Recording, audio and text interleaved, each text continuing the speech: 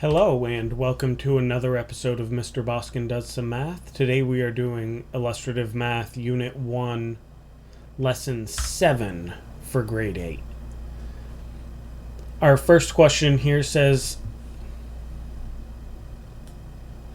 is there a rigid transformation taking rhombus P to rhombus Q? Explain how you know.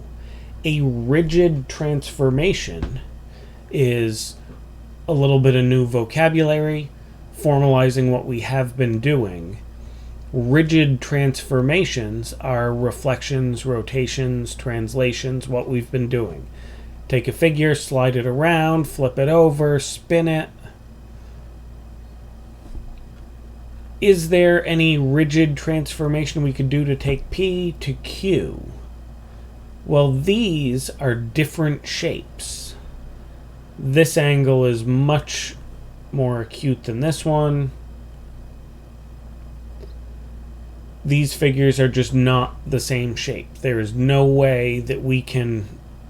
No amount of spinning, sliding, or flipping is going to take this and make it look like that. Is there a rigid transformation? No way. Explain how you know.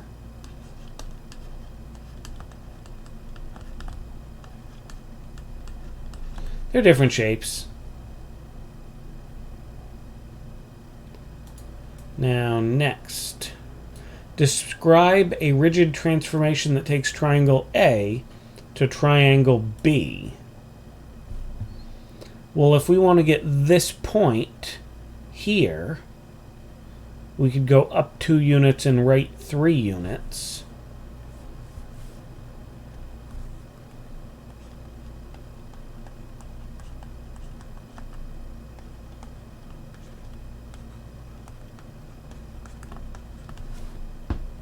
That would take triangle A and put it onto triangle B.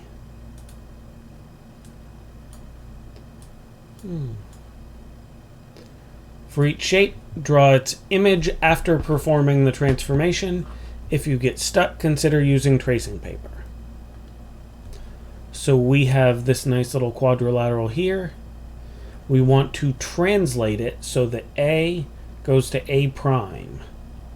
I will use my nice digital tracing paper. Hopefully you can do a better job than that. And I will translate A to A prime. Your solution should look like that. Rotate the shape 180 degrees counterclockwise around B. So 180 degrees means any line from our center of rotation to another point will rotate 180 degrees so it looks like one continuous line. Well, if we're rotating around B, point B isn't going to move. This point here will rotate around so that it looks like a straight line. So that's one of our points. This one here will also look like a straight line.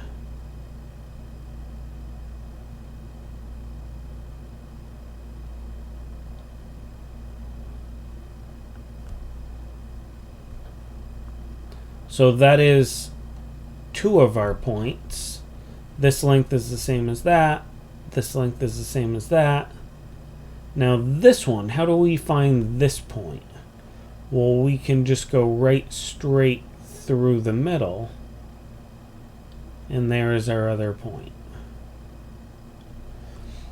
And that is this figure rotated 180 degrees around point B.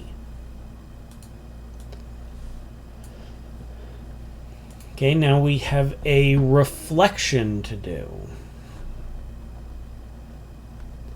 This is our line of reflection. We want to go perpendicular to the line of reflection. Perpendicular to that is 2 triangles, so we have to go 2 triangles past. There's that point. This point here, perpendicular is 3 triangles, so 1, 2, 3 triangles. I don't know why they didn't give us quite enough space on here. That seems kind of silly. This one here is also 3 triangles. 1, 2, 3. 1, 2, 3. And this point doesn't move because it started on the line of reflection.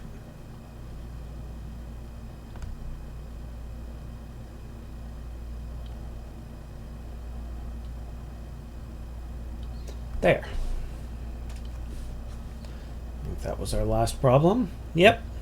This has been another episode of Mr. Boskin Does Some Math. Thank you very much for tuning in. See you next time.